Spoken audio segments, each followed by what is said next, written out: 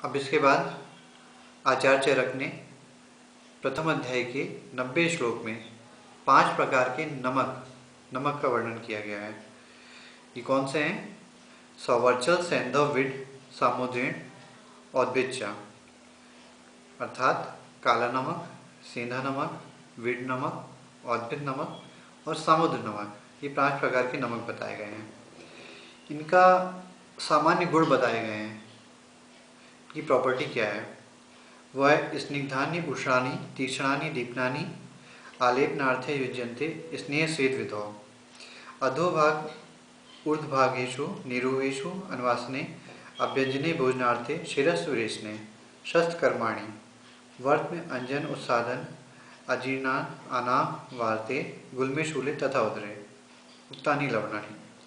अर्थात जो सामान्य गुण बताए गए हैं वो 5 प्रकार के जो नमक होते हैं शरीर को स्निग्ध करने वाले होते हैं, ऑयलिंग करने वाले होते हैं। ये अपने आप में बहुत बड़ी बात है और समझने वाली बात है। देखने में तो वो रूखा या रुक्ष लगता है, सूखा हुआ, लेकिन शरीर की ऑयलिंग करता है, उसको स्निग्ध बनाता है। ये उसके गुण होते हैं, ये ध्यान रखिएगा। गर्म होता है, तीक्ष्ण होता है, तेज होता है और श्रेष्ठ अग्नि दीपक होता है, अर्थात भूख को बढ़ाने वाला होता है। तो जिनको भी अगर भूख की कमी है वो उसका उपयोग कर सकते हैं, इसीलिए इनके गुण बताए गए हैं। लेप कार्यों में, बॉडी में जो भी लेप किया जाता है उसमें यूज़ होता है। स्नेहन स्वेदन के कार्यों में, स्नेहन यानी बॉडी में जो ऑयलिंग मालिश की जाती है उसमें उपयोग करते हैं। स्वेदन भाप से जो सिकाई होती है या गर्म चीज़ से किसी भी जिसे आर्द्र, ये भाप से सिकाई जल के साथ हुई या नॉर्मल सिकाई जो करते हैं आप किसी भी गर्म कपड़े से अगर सिकाई कर रहे हैं उसमें उपयोग होता है। ये स्वेदन के प्रकार हैं। अधोमार्ग द्वारा मल निकालने में के लिए विरेचन जो होता है उसमें यूज़ करते हैं। जब मल मार्ग द्वारा एनएस द्वारा विरेचन दस्त करके जब दोषों को निकालते हैं उसमें इसका उपयोग किया जाता है।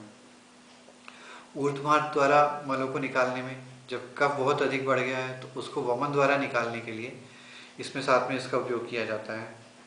निरूह बस्ती, अन्वासन बस्ती, ये सारी चीज़ें मैंने आपको बताई थी।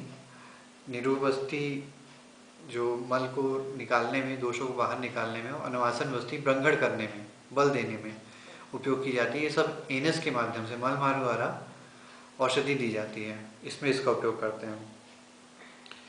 स्नेह अभ्यंग मालिश में, भोजन में करते हैं, आपको पता है।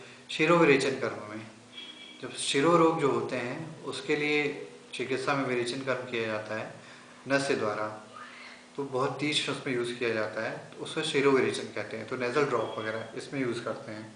शस्त्र कर्म में जैसे लेखन भेदन आदि, इसमें भी इसका यूज़ करते हैं। इसमें भी बहुत सारी मेडिसिन, जैसे कोई फोड़े फुंसी वगैरह हो गया, बड़ा हो गया तो उसमें लेप लगा देते हैं तो उसको तोड़ देता है। लेखन करने में किसी को साफ़ करना है, पूई वगैरह हो गई, पस फॉर्मेशन हो गया है, उसको साफ़ करना है तो खरोच करके निकालते हैं, तो लेखन, इसमें इसका उपयोग किया जाता है। वर्ती में कपड़े की एक वर्ती बना करके डाली जाती है वर्ण में, उसमें उपयोग करते हैं। अंजन हो गया, आँख में लगाने के लिए, इसमें उपयोग किया जाता है। इसको डायरेक्ट नहीं लगाते हैं, मतलब मेडिसिन जो भी बनती है इसकी उसमें साथ में इसका उपयोग किया जाता है। उत्सादन, उपटन, बॉडी में जो उत्सादन या उपटन लगाया जाता है उसमें इसका उपयोग किया जाता है। अजीर्ण में, जब खाना पच नहीं रहा है तब उपयोग करते हैं। ये आनाह यानी जब पेट फूल गया हो वायु के द्वारा, उसमें उपयोग किया जाता है। वात विकारों में इसका उपयोग होता है क्योंकि स्निग्ध बताया गया है। वात का गुण क्या होता है? रुक्ष होता है, तो रुक्ष को स्निग्ध ठीक कर देगा। गुल्म में अगर कोई ग्रंथि हो गई है शरीर में कहीं भी, उसमें ठीक करने के लिए इसका उपयोग किया जाता है। उदर रोगों में, इन सभी 5 प्रकार का नमक का उपयोग किया जाता है। तो ये कुल मिला के इन सबके गुण बताए गए थे। धन्यवाद।